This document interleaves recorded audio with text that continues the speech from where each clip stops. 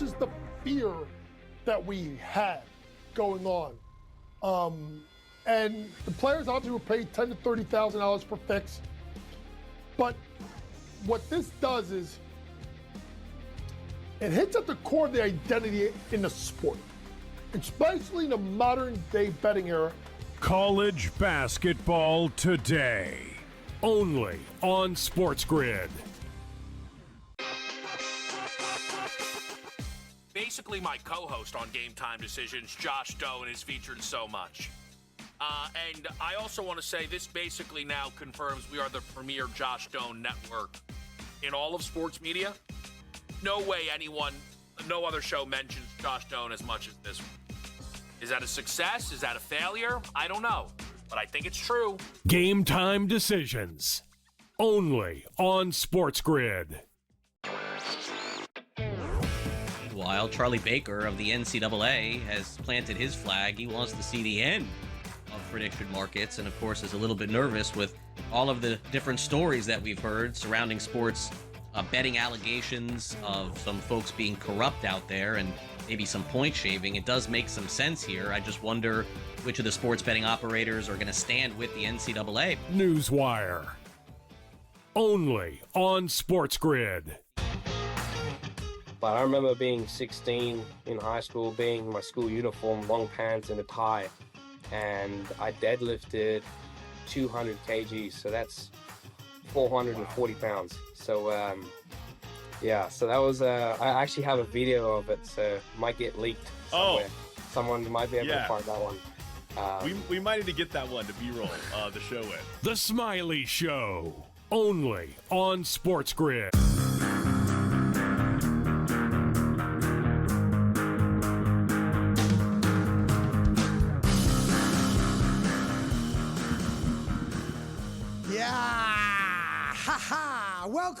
Welcome to another edition of the Craig Card Show. My man right there, Tyrone A. Johnson. As always, we have now made it to the middle of the week, Super Bowl week.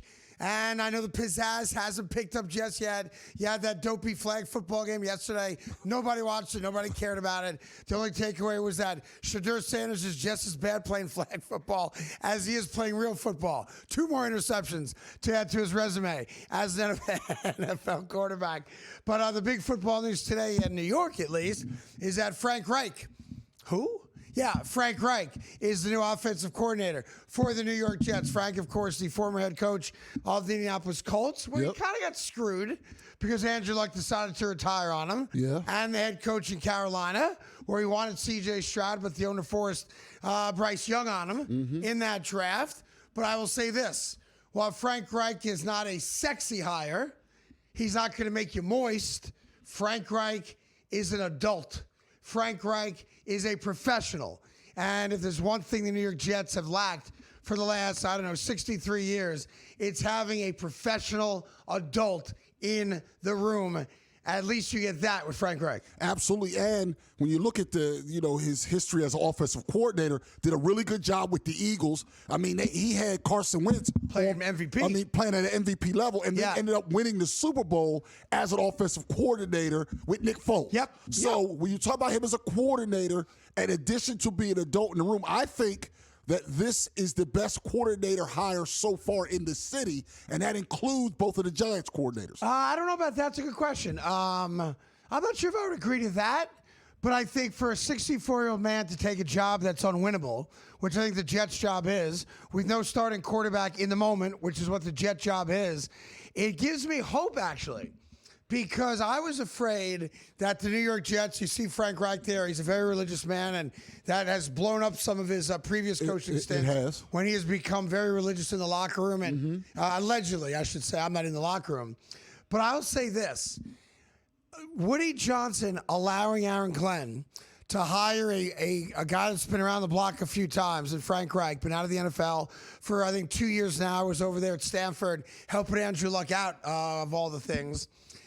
Tells me the Jets are going to take a flyer on a guy like a Malik Willis. Oh, yeah. Now, it might not be Malik Willis. Well, I'm saying a younger quarterback, south of 30, who has not yet established himself as a trusted franchise quarterback yet.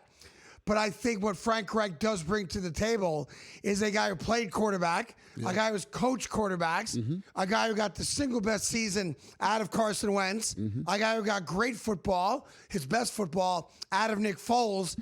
And while you can easily look at Frank Reich's win-loss record and say he's a failed coach, that doesn't tell the entire story, to be fair. And I'm not like 1 to 10, I'm not a 10. But I'm like a good 5.5, 6 that the Jets will now find a young quarterback and cross their fingers that Frank Reich works his magic with that quarterback. Yeah, the other part is the Mac Jones. Yeah, he's going to be what in was demand. the kid's name in Tennessee with the big arm and the hot girlfriend? Yeah, I know who you're talking about now. Before they drafted Cam Ward. Will Levis. Levis. Who has moved on to somewhere like else. a guy like that. Where a guy, there was a relatively high draft pick, a guy that's not lived up to the billing, a guy that maybe didn't have great coaching or was in a bad system. I'm not saying Frank Reich is a miracle worker, but that's the type of guy the Jets are probably going to bring in and then cross their fingers that Frank Reich makes that guy a competent quarterback. What he will do and is... I'm good with that. Yeah, and if the player isn't good enough, the player isn't good enough. What Frank Reich will do is help get the most out of that player, and he's very detail-oriented. Now, when I was reading about the Jets, they say one of the many issues with Glenn last year as a first-year head coach was the detail stuff wasn't all buttoned up. And the great coaches are great with the details. Yeah. Frank Reich will make sure that offense is a lot more buttoned up No doubt about with the details. Who to block. Not just can you block, who to block on those plays, where to be, where would the receivers be. They'll be a lot more organized with him than they were last year. Yeah, for sure. look, like I said, and of the guys that are left, I'm still a Cliff Kingsbury guy. But, the New York Jets can't get a Cliff Kingsbury. They don't have a quarterback. Can anybody get Cliff, though? Yeah, by the way, maybe Cliff Kingsbury doesn't get a job. I mean, at this which point, would be shocking to me because the guy's a proven commodity as an offensive coordinator. But I think after yesterday's kerfluffle with the New York Jets and some back-and-forth reporting and accusations about the New York Jets and their general manager between me and my colleague at the Fan, Sean Morash, today's actually a sane day for the New York Jets. Today's a competent day for the New York Jets. And again, I don't think the Jets are going to win 6 or 7, 8 games this year. I don't. I think Frank Reich might become the replacement in short term if Aaron Glenn does get fired. He's the interim type of guy. Yeah. But, I think the New York Jets had a competent day today. And, I think we have to get to that level. With certain organizations, that's where you need to get to. I know Jets fans would love to go from terrible forever to amazing. But I think you kind of have to go through the competent step first to get there. Sadly, and that's the crazy thing. I'm going to tell you, it's a competent day for the New York Jets. So it's a good day for the New York Jets, especially after yesterday's nonsense back and forth and who's right and who's wrong and who's the source and who has sources and all that nonsense back and forth, which was kind of incestual on the radio station I work at in the afternoon, WFAN. But the reality is that it's so sad that we view the hiring of Frank Reich as a good thing because it's a competent thing. Like, nobody ran home and said, yeah, we got Frank Reich. And that's no disrespect to Frank Reich, who is a competent head coach and a good man. And that tells you, I think, in real terms and in real time, just how bad the Jets franchise has been, where we view the hiring of a 64-year-old man who's been out of the NFL for a couple of years now, who did not have a good run at Stanford. Probably not his fault there either. No, they were. That was a dumpster fire, and he was literally brought in once again to be an adult. Right, and that's what he is. He's being brought in to put forest fires out. Yeah. Every job he's had as the head coach, and now this job with the Jets, it's to put forest fires out and to let the fan base think that we're not totally incompetent. But I'm not running around naked. Now, with my Jet jersey on going, we're going to win a Super Bowl because we hired Frank Reich. There is one, no, not a Super Bowl, but I actually have to give credit to Aaron Glenn, who I'm not ready to give up on yet after 1 year. Why is that? Because I feel like you give a guy a year, and now this year, if they don't make strides, he's out of there. Okay. But I think 1 year in a tough spot, and the Jets' job is a tough spot for everybody in year one. You give him a year. Frank Reich, it appeared, and I'm reading about this from multiple sources, to be done with coaching. That tells me that Glenn whatever he said to Frank Reich, beyond money, because Frank Reich was offered money from other people. Frank Reich's still being paid by the Carolina Panthers, Right. too. Like, Yeah, he's got a lot of money. Right. So it wasn't money. Whatever Glenn said to him, it's always money. It's always money, but I'm saying, I said beyond money. Yeah. Because he could have got hired another college job. He had options. Sure. He must have sold him on the plan. And that tells me that Aaron Glenn, now we'll see if he can execute it. He has a plan. He has a plan. You think Frank Reich sold Aaron Glenn on a plan, or you think Aaron Glenn sold Frank Reich on a plan? I think Aaron Glenn sold Frank Reich on a plan. Well, he sold him on something. I do, and I think that that's a good thing for Glenn to be able to get a guy who might have been done with coaching to come back and be invested. I read the same stuff. I don't buy that Frank Reich was done with coaching because there's a lot of places that wrote it. I don't count other people's money, but assuming he's fine financially, and he's made a lot of money in the last decade as a coach and coordinator, both in college and obviously in the pros, I think you come back to coach because that's what coaches do. It's like boxers. Okay. Right? How many coaches do you know that stepped away on their own volition at 62, 63, 64 years old? Like, I'm sure we could find one or two, but the reality is that if you're a coach in your blood, you don't step away, I don't care how much money you have, until you're well into your 70s. Why is Bill Belichick coaching at North Carolina, right? Well, Jordan. Because, you know what I'm saying, though? Because he's a coach in his blood. I get you. Why did Joe Gibbs come back out of retirement when he was 70-some-odd years old? Because it's in your blood. Like, you and I don't have that.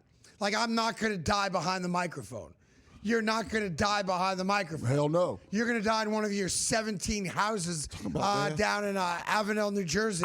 You kidding me? As Yeah, a right. slumlord. You mean in Wildwood, New Jersey? Counting your money. I'm working poor. Like, I am working poor. What was Donald Duck's rich uncle? What was his name? Scrooge McDuck? Yeah, like Scrooge Diving McDuck. into the metal? Yeah. Look at all my money, honey.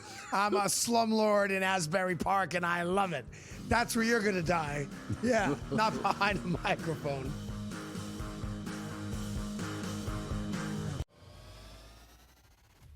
They weren't giving it to... that's a good point. They weren't giving it to Nick Bonito. No, but I'm saying Bonito's a great player. Yeah. But he's not a household name. Right. You know, you survey 100 NFL or 1,000 NFL fans, they're not picking Nick Bonito out of a hat before Myles Garrett and Micah Parsons. Right. And that's, you know, when you get down to this award, that's the problem. Pro Football Today, only on SportsGrid. Can USA overtake Canada and get that gold, Joe? Absolutely, they can here. And ultimately, it feels like that is the two-horse race. And I think ultimately, Canadians don't really care if their team competes in the luge or the bobsled, Donnie, or anything else. They just want that gold when it comes to ice hockey. And that is the only thing that's going to matter there. The Early Line, only on SportsGrid. He completed a pool bank shot at just 2 years and 302 days. His achievements make him one of the youngest double record holders ever. So let me summarize this for you without reading. He's 2 years old, and he's really good at pool. I mean, that is crazy. 2 years old! How is he doing this?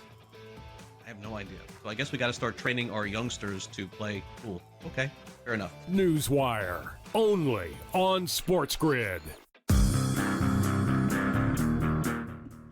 David Tyree. Oh, wow. The 2008 Giants win against the New England Patriots and the Tyree catch of the Plaxico Burress game-winning touchdown. That was the only other time in Super Bowl history where the betting public won money. Wow. How about that? Wow. The Craig Carton Show, only on SportsGrid.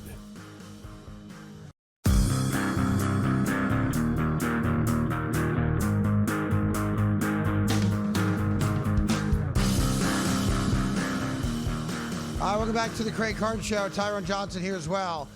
I've done a lot of thinking about what I'm about to say, and I feel very strongly about it, Tyrone. All right. And I'm pretty sure most people are going to disagree with me on the surface, but if you give me a moment to explain, I think you're going to wind up agreeing with me. Okay. So I'm going to make a declarative statement. Okay. Tony Dungy's a bad guy. Okay? Yeah. Well, Yeah. I'm in a tough spot Yeah, here. you're not in a tough spot at all. I'll tell you You're why. not in a tough spot. No, I'm going to tell you why I'm in a tough Yeah, spot. why? My instinct isn't to disagree. So that's why I'm in a tough spot. Like, Tony Dungy is one of these guys that for some reason, people think he walks on water and he's above reproach.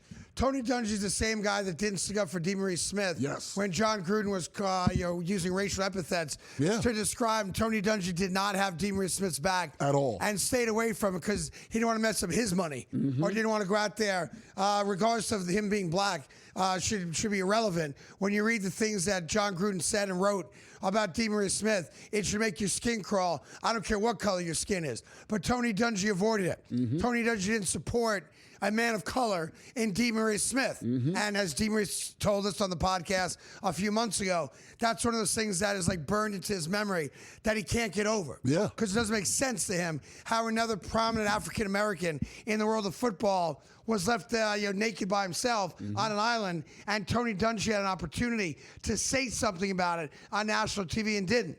Number two, he's got to be the single worst broadcaster in the history of broadcasting. He's not entertaining. He doesn't bring any insight to the broadcast, and he's there almost as if, we have to keep Tony Dungy here just because. And no one says because why. I don't understand it at all. Tony Dungy gives no insight, is not entertaining, is an older guy now. The game has passed him by, and he brings nothing to a broadcast. But then comes yesterday. As you know, there's a big furor, and I understand it. We've talked about it on this show as well, as to why Bill Belichick did not get into the Hall of Fame in his first crack in that new, the five finalists thing, right? The contributors to the sport and the players and all that stuff. And now Robert Kraft doesn't get in. And that, of course, in and of itself is a legitimate story. Arguably the greatest owner of all time, not even arguably the greatest coach of all time, and neither guy gets into the Hall of Fame. Tony Dungy has a vote. So Tony Dungy's, I'm sure, out in San Francisco, Radio Row and doing a bunch of interviews and whatnot. NBC has the Super Bowl, so all the NBC broadcasters are now meeting the media, and they're being interviewed for Super Bowl coverage. So a reporter says to Tony Dungy, well, you have a vote. Did you vote for Bill Belichick? Did you vote for Robert Kraft? And I want to play this for you with the acknowledgement that somehow, some way, Tony Dungy is in the Hall of Fame as a coach. He's already in. Yeah. Let's take a listen to what Tony Dungy said. Go ahead. Robert Kraft, Bill Belichick, did you vote for them, and what was your reaction to them not getting inducted into the Hall of Fame? First of all, we don't know that they didn't get inducted in the Hall of Fame. I'm a voter. I have not heard who's in or who's out, so I'm not going to make a comment on it and speculate. We'll find out, I think, on Thursday who's in and who's out. Did you vote for them? I said I'm not going to make a comment on it until we find out who's in and who's out. So he refuses to make a comment. If you didn't hear the end of that, the reporter does a good job with the follow-up. Did you vote for them? And he says, I'm not going to make a comment on it. Now, it's already been leaked out that neither guy made it. We do not have to wait till tomorrow to find out the official word as to which one of the three, if one, two, or all three of the players got in. We know that Belichick didn't get in. We know that Kraft didn't get in because it's been leaked, right? But here's the problem. Why wouldn't you tell us if you voted for Kraft and if you voted for Bill Belichick? What are you afraid of? Yeah, that's a good point. Because by not answering the question, and by the way, there's legitimate reasons not to have voted for them because you can only vote for 3 of the 5 candidates. And as a former player and coach, you might say, I want to make sure that these 3 players, so I've always started deserving of getting in, finally get their moment in the sun. That's an acceptable answer. And he played against, I think, all 3 of them, definitely 2 of them he played against during his playing days. Like, to me, that's a good answer. Right. Look, I had to pick 3. I couldn't pick all 5. Obviously, I believe that the greatest coach of all time and a guy that was a better coach than I was belongs in the Hall of Fame. Obviously, I believe that the owner with the most Super Bowl wins belongs in the Hall of Fame. But for some reason, he can't bring himself to say that. So the way I read that is, without saying the actual words, and yes, I could be wrong, my guess is he did not vote for them. Right. That's my guess. Right, now, I agree. We may never find out because the voters do not have to tell you, and the Pro Football Hall of Fame does not tell you which guy voted for whom. That's on you. Right. If you have a vote and you want to share publicly who you voted for, that's your decision to make. But it's just a reminder of how like swarmy and not douchey, because I know he's a nice man. And obviously you feel for the tragedy he's been through. Oh, yeah. You're losing a son to suicide. Absolutely. And I'm very sensitive to that, obviously. But the reality is that, like, what does Tony Dungy bring to the table? Tony Dungy's lone Super Bowl was because he was lucky enough to have Peyton Manning as his quarterback.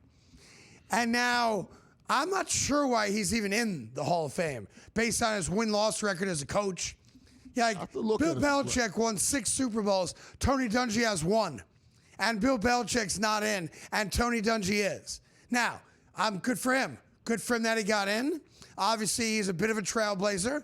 Black head coach in the NFL, getting to a Super Bowl, winning a Super Bowl. There's obviously a lot of value to that as we fight for more black men to get jobs as head coaches and coordinators in the NFL. So he represents a guy that got it and won, which is a great storyline. But why is everybody so afraid of Tony Dungy? Why does everybody kiss Tony Dungy's ass? Why is Tony Dungy so swarmy? What does Tony Dungy bring to the table that makes him, held in such exalted, speech and above reproach as the guy that's in the Hall of Fame when the guy that can run circles around him as a coach is not in the Hall of Fame? Yeah, now I don't get it. I don't have any issue with Tony Dungy being in the Hall of Fame. His win percentage in the regular season is actually higher than Belichick's was over his career, just to be fair. And he won a Super Bowl, which somebody can say won measly. It's hard to win a Super Bowl. But what I don't like is but to answer the question is, it's because he uses religion. And that's what I don't like. Afraid of that I'm not at all against a person being religion. If you love God and you want to tell everybody that you love God, you can do that as much as you want. But he uses religion as a shield. He said a lot of dumb things the last couple of years as he ages. And he gets away with it solely because he's a religious man, and now he uses religion as a shield. And that's why I don't need to see Tony Dungy in the media anymore. Yeah, I agree. Like, he brings nothing to the table. And, like, the guy asked him a fair question. It's a big topic this week. Do you have a vote? Did you vote for Belichick? I'll keep Kraft out of it. And if not, why?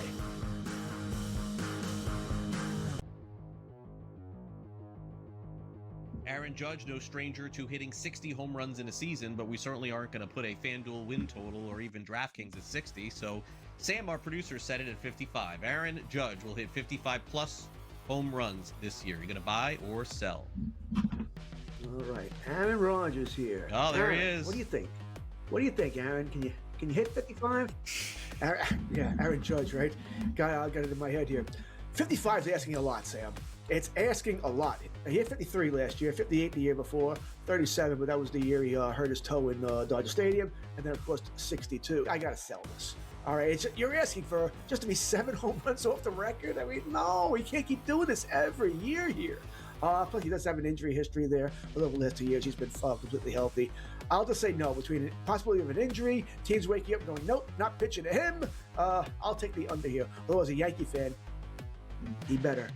He better, because if he don't, Yankees going to be in a lot of trouble. So I've decided to go by the letter of the law. Sam is not going to like this. Sam is not going to like my answer. Yep. Sam, listen. Sam leaves these little loopholes in the buy or sell. 55 home runs between 55 plus the regular season, postseason, World Baseball Classic. Buy. Spring training. Buy. Above 55. Between spring training, World Baseball Classic, regular season, and postseason, Aaron Judge will hit 55 home runs. He didn't say this season. He didn't say this season. He said this year. The graphic says this year. Fantasy Sports Today. Friday, starting at 3 p.m. Only on SportsGrid.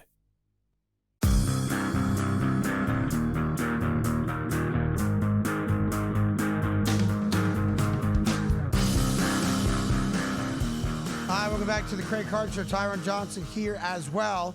Seahawks still favored by 4.5. Super Bowl 60 coming up Sunday, 6:30 on NBC. A couple news and notes, just a couple quick little things before we get back in depth with anything. Did you hear Shedeur Sanders with my girl Kay Adams? I did. You did. Do we have that audio? We can play that for you.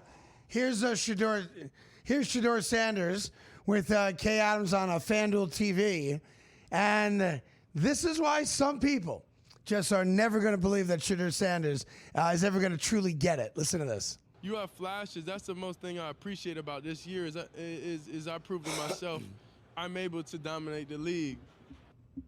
I'm sorry? 7 touchdowns, 10 interceptions, and he just said, I have proven to myself that I'm able to dominate the league. Now, I'm not sure if Kay pushed back on that or not, but 7 touchdowns, 10 interceptions, but he has proven to himself that he is capable of dominating the NFL. I'm sorry. He said the NFL. Not the CFL. Now, had he said there were flashes, and he said, all I have to do now is be more consistent, and I could be a good quarterback, that's a fine statement. By the way, I would accept that. Right, because he did have some flashes here and there. He did have flashes here and there. He did. See, this is where it rises to hate. No. Flashes of good football. Flashes of adequate football. Of good football. Okay. We'll agree to disagree on that word. Him bringing up dominant is either trolling for clicks, which it may be. I don't think he's trolling anybody. Or he really believes it. I think he believes it. Which means he's going to need another batch of humbling. Yes. For his sake, I hope that happens in practice through hard coaching. Well, look, the good news, Tyrone, is that the NFL has a very great way of humbling everybody at some point. So everybody. He still needs a little humbling. Yes. This is why, picking Shedeur Sanders as the 8th backup for the Pro Bowl, which means he will have on his resume for the rest of his life. And I would too if I was him. Of course. I was a Pro Bowl quarterback. And even though it's Fugazi, we cannot take that away from him. You can't. But this is the problem when you give a participation trophy to the kid that comes in 6th place. That kid thinks he earned the trophy and he's a good player. Yeah. That's the problem. Shedeur Sanders is the poster child for participation trophies. Hey, look, you sucked. Hey, look, your stats sucked. Hey, look, your team sucked. Hey, look, you weren't very good. But because nobody else wants to go and we're running out of quarterbacks, we're going to make you a quote-unquote Pro Bowler. You now think you're able to, his words, not mine, dominate the league. Yeah, and this is another reason come on, man. to put the Pro Bowl back in Hawaii. If they put the Pro Bowl back in Hawaii like it used to be, you would have gotten the real quarterbacks to show up, and he doesn't ever make it. But because they made it this fake thing where you got to commit to a whole week of mess, and it's in the city of the game People and all are that stuff. Hawaii, I'd go to. Right. San Francisco, I don't want to go to San Francisco. Just for a week. And you might pop into San Francisco for a dinner. You got to stay there all week. You got to go to a million things. These guys are committed to all these signings and all this stuff. Yeah, making money at least. I'll give them that. Yeah, but they would have made that same money in Hawaii. After the Super Bowl. Fewer appearances there, but better weather and hotter girls. And that's what I all the players would show up. Peyton Manning, the guy that needs the Pro Bowl. Yeah. He would show up every year. Tom Brady. Yeah. There was times where the few times he wasn't in the Super Bowl, he's out there. But now you make it in the home city, and now you have Shedeur throwing the ball around instead of the top quarterback. Look, I'm with you. They created a monster. They got to put it in Hawaii, or this is going to happen again. Shedeur will not be the last entitled quarterback that plays in a Pro Bowl if they keep this current format. They created an absolute monster. Another note, I'm not sure if I did this here, if I did it on radio, but your guy, Ralphus Chapman, who's probably the second best closer in the sport right now, and maybe the best closer in the American League for the Boston Red Sox. Not my guy. I don't like him. I think that's a pretty factual statement. I don't like him at all. That's fine. I don't like him either, but the dude refound his groove like Stella. And at 100 that years dude old, was my unhittable. man, he still throws 100. We don't know his real age. People say, somebody told me he was 68 years old. He might be 73. That's what I'm saying. But apparently, Great Britain reached out to him and offered him a chance to be their closer for the World Baseball Classic. What? And he accepted the offer. Of course. So believe it or not, unlike Little League Baseball that doesn't do checking like this, the World Baseball Classic checked his lineage. You know where they went? They went to my favorite site, Ancestry.com. That's where they went. Yeah. And Ancestry.com said, you have no bloodlines at all to Great Britain. Yeah. So I did a little checking myself. Aroldis Chapman is from Cuba. Now, the deal is Cuba has a team in the World Baseball Classic, but if you defect from Cuba, which is what he did, you're not eligible to play for Cuba because they take that nationalism very seriously. Yeah. He also has some Jamaican ancestry.com. Okay. But he ain't got no Great Britain. So the World Baseball Classic said, if Jamaica had a team, you could play for them, but you cannot play for Great Britain. So, no Aroldis Chapman. He's out.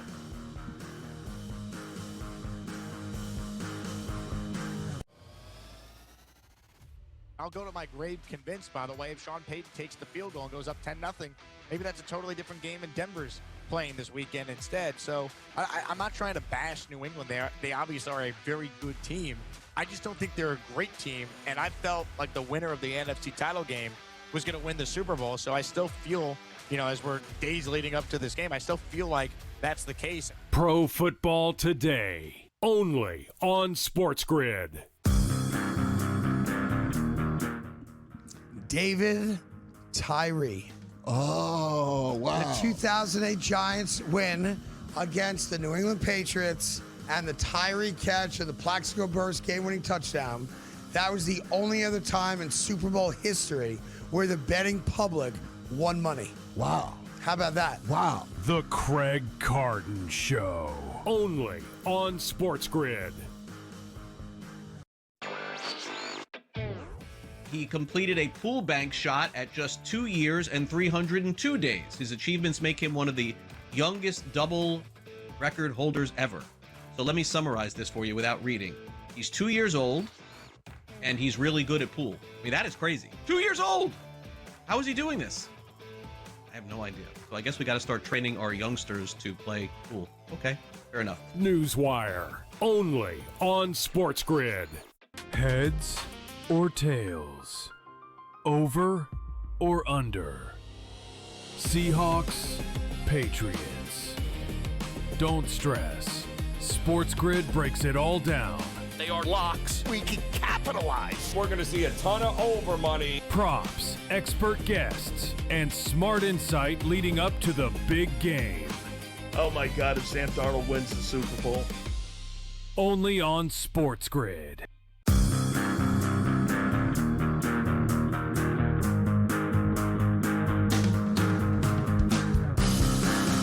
Fight with my producer right now over what soup I eat. Well, he's trying to tell me. He's saying from where the soup came. So when I get lentil soup, Tom Brady and I have a fondness for a restaurant in downtown Manhattan called The Greek.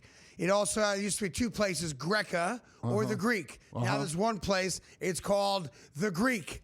And they have the best lentil soup in America. Are you sure? Yes. Because he's saying it's another place. He's an idiot. He's trying to tell. So Tom Brady and I both get lentil soup from the same restaurant in downtown Manhattan in Tribeca. It's called The Greek. All right. Now, Ethan downstairs, who's still upset that the Giants hired Matt Nagy as their new offensive coordinator, is trying to tell me I don't know the name of the place I go to buy the soup that I eat. Yeah. How is that possible? Well, now in his defense. There's no defense. There is some defense. Today's a Vietnamese pho soup, which I get from Hello Saigon. That part I believe. Okay. Because you just got it. Yeah. Sometimes you do get fuzzy with names.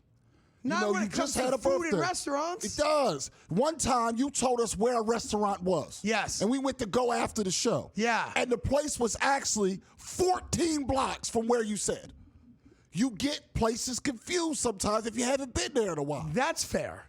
That's fair. I misjudged how long the walk was to the restaurant. It was the Korean barbecue place. Yeah. I ended up having to take an Uber back to make my trade. Uber back. Yeah, but I remember the name of the place. All right. I think it was called Meat. So that's an easy name to remember. But that's fair. That's fair. Right. I can't argue against that. Baseball fans, Carlos Beltran on his mole are going to the Hall of Fame. Not his choice here. The Hall of Fame determines it now. Yeah. As a New York Met. Okay. Which he should. It was either Mets or Royals. I know he had the great postseason, of course, with the Astros. But there you see him right there, Carlos Beltran. So he's not a born and raised Met. He's not a Met for life.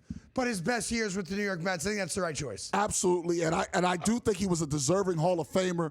It's awkward that he was fired as the manager before he ever managed the game. Yes, but that again, goes back to the cheating scandal, right? But that wasn't his choice. Now that you can't, you mentioned that people used to ransom it off.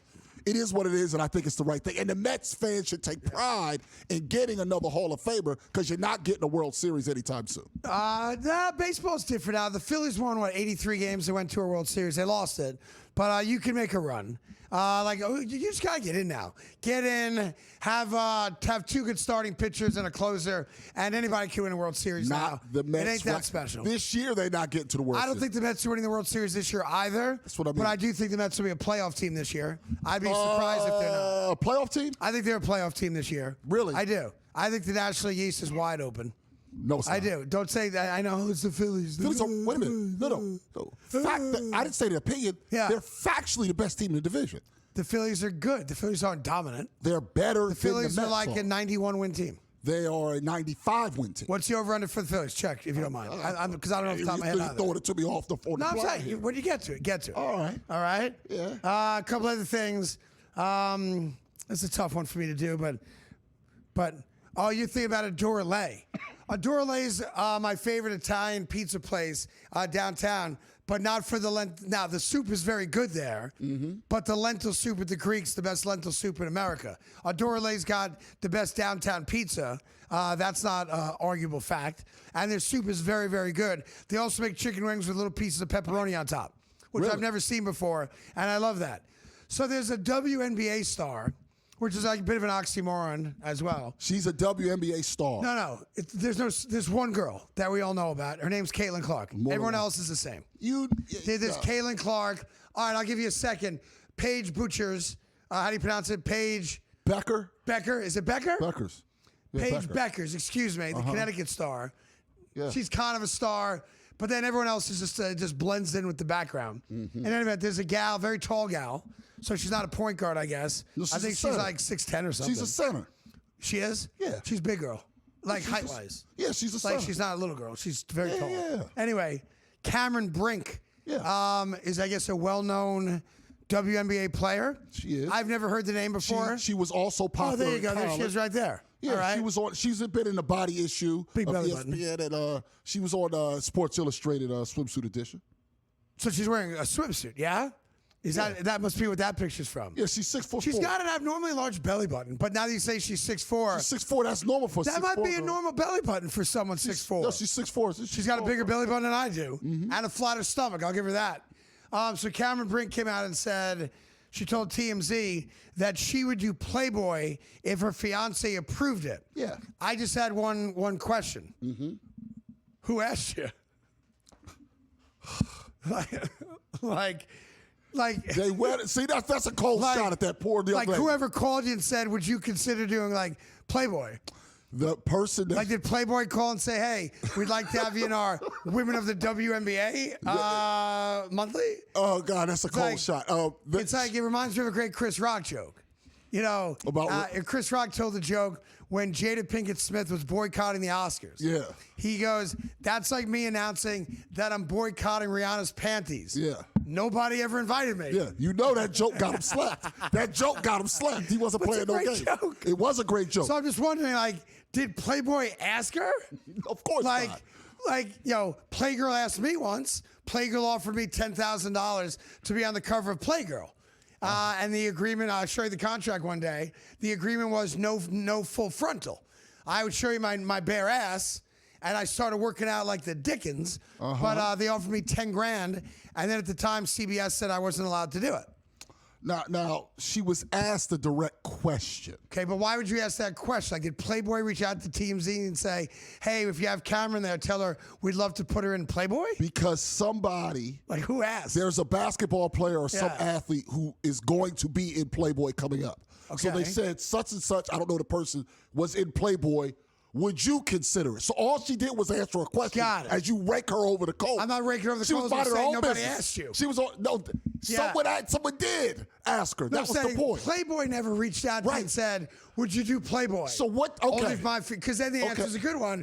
I'd love to do it if my fiance is comfortable with it. So let's say you sat down for an interview. Go ahead. In fact, you're doing some interview, I believe, tomorrow with a publication. Yes. If they ask you, hey, Craig, if asked, would you do X, Y, Z? Are you supposed to not answer the question? I was asked, and I said yes. No, a different question. Yeah. What I'm saying is Playboy's not asking me. I got boobs. What was she supposed to say when she was asked? She was asked.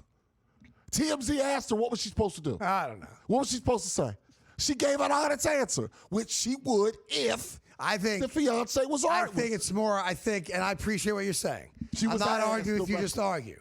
But I do have a pushback, if I may. Go ahead. If I may. Okay. When you answer an innocuous question from a reporter, as you're describing, she did. That's what she did. So we're not saying Playboy did ask her, because we know that they didn't. They didn't. TMZ asked. But when you answer the question that way, it's kind of a desperate attempt to get Playboy to ask you. Is it? Yes. That's somebody who, in my opinion, I've never met her. I'm sure she's a lovely gal. She is. And you tell me she's a good basketball player. I'll take She's a your good word for player. that. She had a knee injury her rookie year. She came back. So I would suggest that Cameron Brink wants to be in Playboy. Oh, I could go with that. And this is her way of telling Playboy, if you come ask me, I'll say yes. Oh. That's how I view it. Okay. I can go with that. I never thought of being in Playgirl, but egotistically, when Playgirl came to me and said, we'll give you $10,000, and the money wasn't even the point of it, to be on the cover of Playgirl, so I could have gay men from coast to coast ogling my naked ass, my ego is like, yes, I'm in on that. And I was proud to do it, and I was told I wasn't allowed to do it. Right. And I'll tell you this, in my career, which, has been pretty damn good, in the 34 years I've done this, that is a top 3 regret in my career that I didn't say to CBS at the time, I'm doing it. Yeah. Because I thought it'd be great. Were they going to fire you? No, and they were not going to fire me. That's what I'm saying. But they were gonna, and I don't even know what the rationale was against it. But in my contract, it said no full frontal. And Tyrone, dude, I was hitting a gym crazy. Yeah. I was doing MMA workouts. I was lifting tractor-trailer tires. I was boxing. I was doing the weights. I was thin and slim the whole thing. So if they make the offer now, but they want you to do the whole program. No full frontal. I'm not showing Mr. Elvis. That ain't happening. Little Elvis is staying in my pants. Well, other than that, you'd still do it? I'll do the whole thing. Now, I think that's only an online publication now. They don't actually distribute anymore. But hey, Playgirl, I know it's 20 years later. I'll get my ass in shape. Let's run this back for free.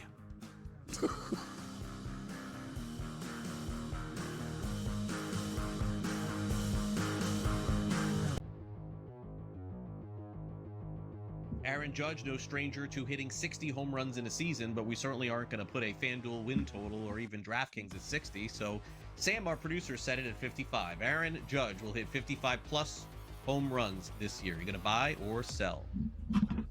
All right, Aaron Rodgers here. Oh, there Aaron, he is. What do you think? What do you think, Aaron? Can you hit 55? Aaron Judge, right? I got it in my head here. 55 is asking a lot, Sam. It's asking a lot. He hit 53 last year, 58 the year before, 37, but that was the year he hurt his toe in Dodger Stadium, and then of course 62. I gotta sell this. All right, you're asking for just to be 7 home runs off the record. I mean, no, we can't keep doing this every year here. Plus, he does have an injury history there. Over the last 2 years, he's been completely healthy. I'll just say no. Between possibility of an injury, teams waking up and going, nope, not pitching to him. I'll take the under here. Although as a Yankee fan, he better, because if he don't, Yankees gonna be in a lot of trouble. So I've decided to go by the letter of the law. Sam is not going to like this. Sam is not going to like my answer. Yep. Sam, listen. Sam leaves these little loopholes in the buy or sell. 55 home runs between 55 plus the regular season, postseason, World Baseball Classic. Buy. Spring training. Buy. Above 55 between spring training, World Baseball Classic, regular season, and postseason. Aaron Judge will hit 55 home runs. He didn't say this season. He didn't say this season. He said this year. The graphic says this year. Fantasy Sports Today. Friday, starting at 3 p.m. Only on SportsGrid.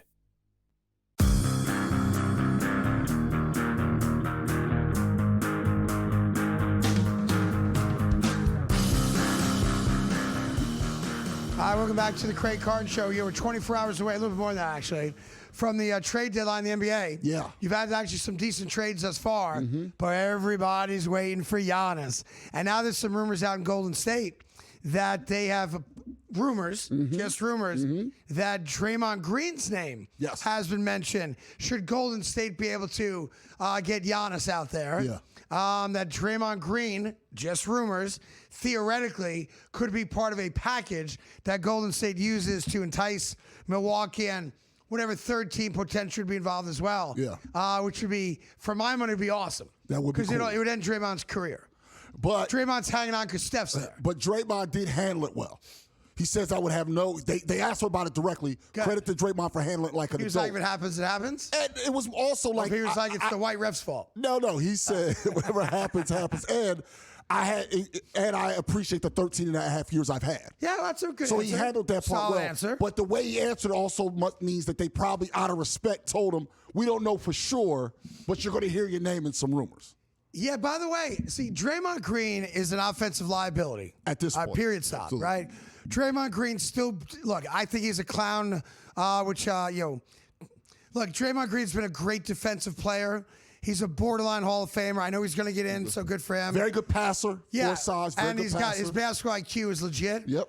He does stupid things that make people dislike him. Yeah. That also hurt his team in big spots. Kicking people in the groin If over and Draymond over Green again. doesn't get suspended in Game 6, the Cleveland Cavaliers don't beat the Golden State Warriors in the finals. Right. And LeBron does not have a championship in Cleveland. I think that's a fair statement to make. Probably. Yeah. All right. That being said, Draymond Green, at this stage of his career, would be a very interesting addition to a legitimate playoff team with championship aspirations that needs a little toughness. Yep.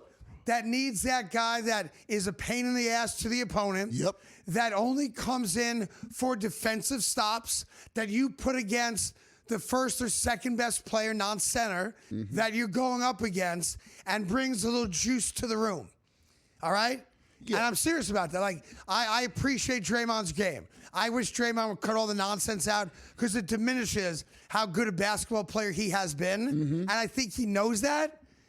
But what if I told you that Draymond Green came off the bench for the New York Knicks? I would love it for a couple reasons. Okay. And another thing is, now because he's such a good passer, you can at times run your offense through him and have Brunson run around screens Maybe and do some other half-court things. stuff, That's maybe. what I'm talking about. Okay. No, in the half court now, Yeah. you can have Brunson start from anywhere. And he becomes harder to guard I'll do you when he one doesn't better. have the ball. Because I think, again, Paul George's At times. suspension notwithstanding, it's 25 games. And it is what it is. He'll be back in time, pre-playoffs and all that. 10 games left before the I rim. think Draymond Green on the Sixers is a problem for the Pistons and the Knicks. Yeah, it would be. I do. It would be. Because the Sixers don't need scoring. No, they haven't. Now, I'm not sure what they'd have to give up to get him. Right. Maybe it's draft picks. Maybe it's, the eighth guy off the bench, whatever it is. You know better than me because you follow Philly closer than I do. But if Draymond if Draymond's not going to be a pain in the ass about being traded and pout and say, I'm not playing for that team, which is certainly on the table, and Golden State thinks it gives them a chance to get Giannis or a complimentary player to Steph to make that last run, which they have no chance of making because the Thunder and Spurs are just too good, in my opinion, in a 7-game series. I don't think Golden State would beat the Rockets right now. No, but you owe it to Curry to try, though, for all he's done for you. But you owe it. I think Draymond Green, who, again, I think he's a 20, 25-minute-a-game guy at this stage. Okay. I think if you put Draymond Green on the Knicks or the Sixers, I think it changes the dynamic of those two teams, and I think strengthens their chance to actually go to the NBA Finals. Because right now, I think in the East, and I got to give the Celtics love because what they're doing without Tatum, nobody could have predicted. Nothing but love out there. And they just to what they are doing in Boston. And I hate the Celtics. Added Vucevic, which is an upgrade. He's not a great defender, but he's an upgrade over some of the backup bigs that they've had. 100%. So they're better. And he's going to stay on the court. He's going to play. Right. Which has been their problem with their big men, obviously. Porzingis, last year, et cetera. But so Detroit right now is the best team in the East. It appears that way. The New York Knicks are right on their tails. I think the Knicks right now 1-1A, but I give Detroit the respect they deserve. They're 1, the Knicks are 2. You could then argue healthy Sixers team is 3, or the Celtics are 3, but they're 3 or 4. They're right there. And then it stops. Although, the James Harden trade you have to consider Cleveland. You have to. Depends what Harden you're getting, I suppose. This Harden is once again a good Harden. I hate to say it. He has played. This dude is now top 10 all time in scoring. I know. At his play. He's going to have, before the end of the season with them, 5 more triple-doubles, 6 more triple-doubles. Yeah. He's playing at a high level. No, he is, and that's what he does. And like he the helps first them. month he gets traded, he's like, remember me, everybody, first ballot Hall of Famer, That's right. generational scorer. Right. I can still fill it up when And I have you to. got Donovan Mitchell there, Yes. so they're now scary. I'm just saying, like, they're So I'll scary. put them 5th right now. We'll see what they look like when Harden starts playing for it. It's a fair point. All right, it stops there for sure. Yeah. But I'm telling you, you put Draymond Green on the Knicks or Sixers, and I think it exponentially improves their chances of going first to the Eastern Conference Finals and then ultimately to the NBA Finals. Draymond Green's one of those guys we all love to hate, but he's one of those guys that is a glue guy on a championship team. I'm telling you that he's a pain in the ass. I've probably spent hours on TV and radio taking shots at him, non-basketball shots, but shots for the stupid stuff. Yeah. The kicking guys, the punching guys, what do you do to was it Gobert did it Yeah, too? he just was choking choking him out. Just stupid stuff. He swung on a teammate when he wasn't looking and knocked him unconscious. Right, just stupid. Broke the team up. Yeah, just stupid stuff. But if I'm trying to win a championship, that dude knows how to win championships. He does. Just for bookkeeping purposes. Yes. He makes $25.8 million. In today's NBA, that is not a lot of money. It's obviously a lot of money for regular people. But when you have a league where people are making $50 million, a $25 million contract is not hard to move. It's an easily tradable contract in these days. Yes. So just keep an eye on Draymond. Even if it's not the Giannis deal, but if they add a third team to it, I think Draymond changes the landscape a bit in the East, not the West. But what I think if he's going to go anywhere, he's got to go East. But what if he was on that Spurs team? Yeah. That's very young. But I don't think Golden State would ever trade him to a team they got to compete with in Curry's last shot to win. Maybe. And I don't think he's got a real shot to win. I don't. But you know what I'm saying? I'm just saying the Spurs would be the only team I would be intrigued with in the West because they're so young. Yeah. And I don't think I'm with you. I'd be shocked if the Spurs make a deal with Golden State. And last thing before the break, and I'm gonna punch myself in the face later for even bringing this up, because it's just stupid. Like, do you care that a year ago Mike Vrabel went on a podcast and said that he would cut off half his junk if he won a Super Bowl in his first year with the Patriots? Well, he's a liar. Like, what are we doing? Yeah, come on. What are we doing? Like, no, what are we like?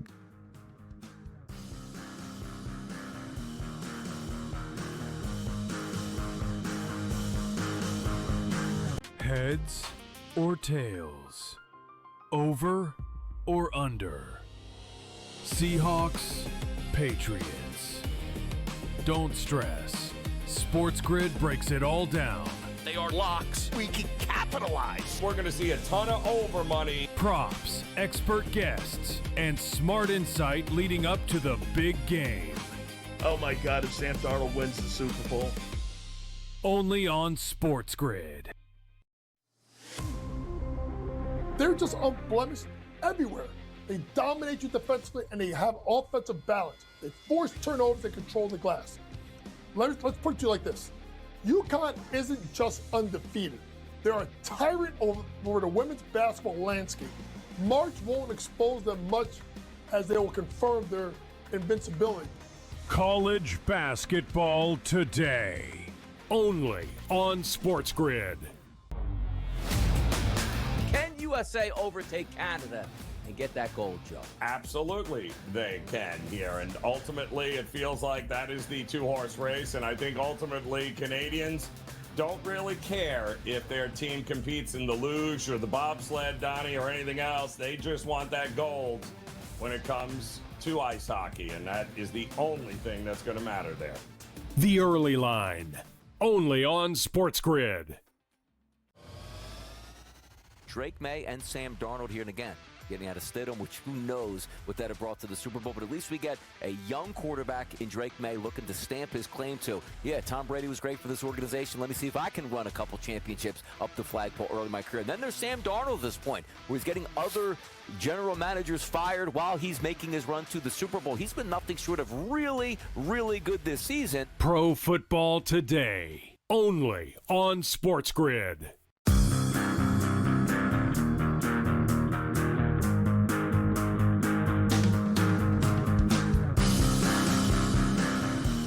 Hi, welcome back to the Craig Carton Show. Tyrone Johnson here as well.